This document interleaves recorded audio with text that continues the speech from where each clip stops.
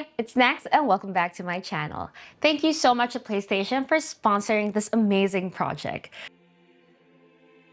We're going to create the Nornir chest that appears in God of War Ragnarok. Team Snacksen is going to print the trim pieces, the chest supports, and then ship them up. And Ron building the rest of the chest up in Washington State. I'll be designing the loop and doing the system integration here in LA. I'm going with a 240 radiator, 2 on each side, push-pull configuration, and a dual loop.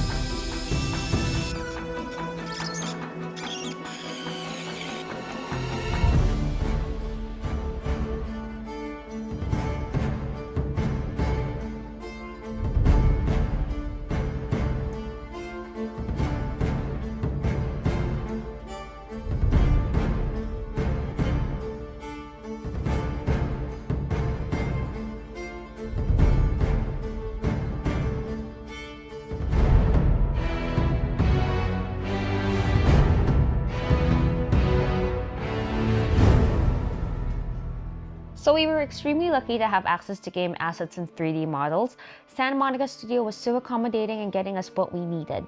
This ensured authenticity and accuracy to our build. We still needed to spend a lot of time to translate the video game models to 3D printed and physical models.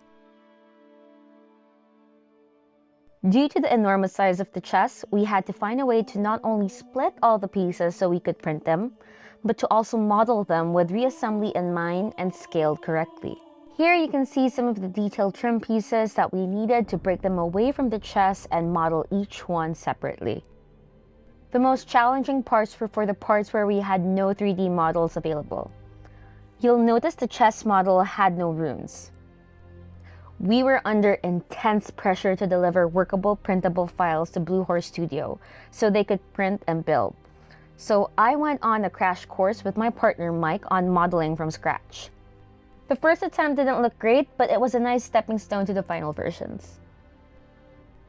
We printed many of the smaller pieces and shipped them up, but the large major pieces such as the lid, walls, legs were all printed or scratch built by Ron at Blue Horse Studios.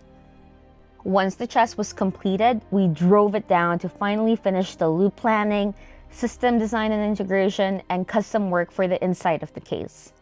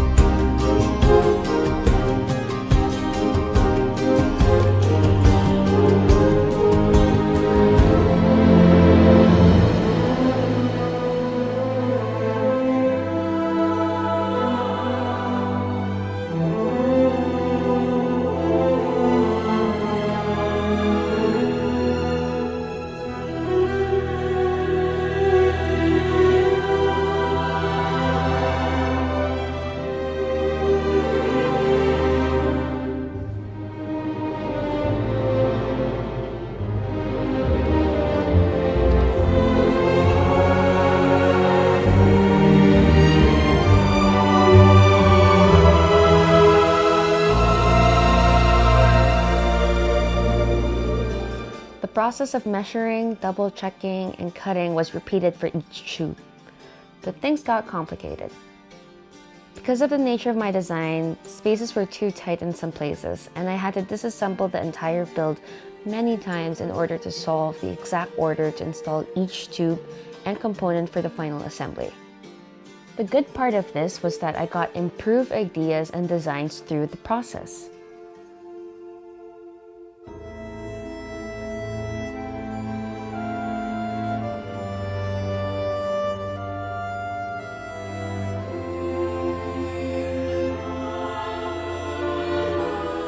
Most loops involve straight runs and 90-degree angles. This was what I had in mind at first.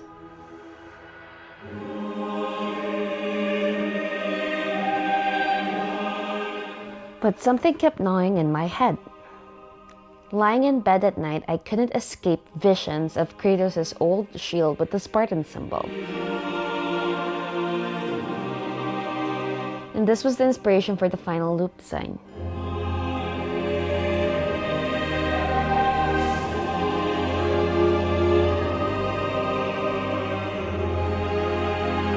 With the basic loop run finalized, we still need to complete the custom work and final hardware integration.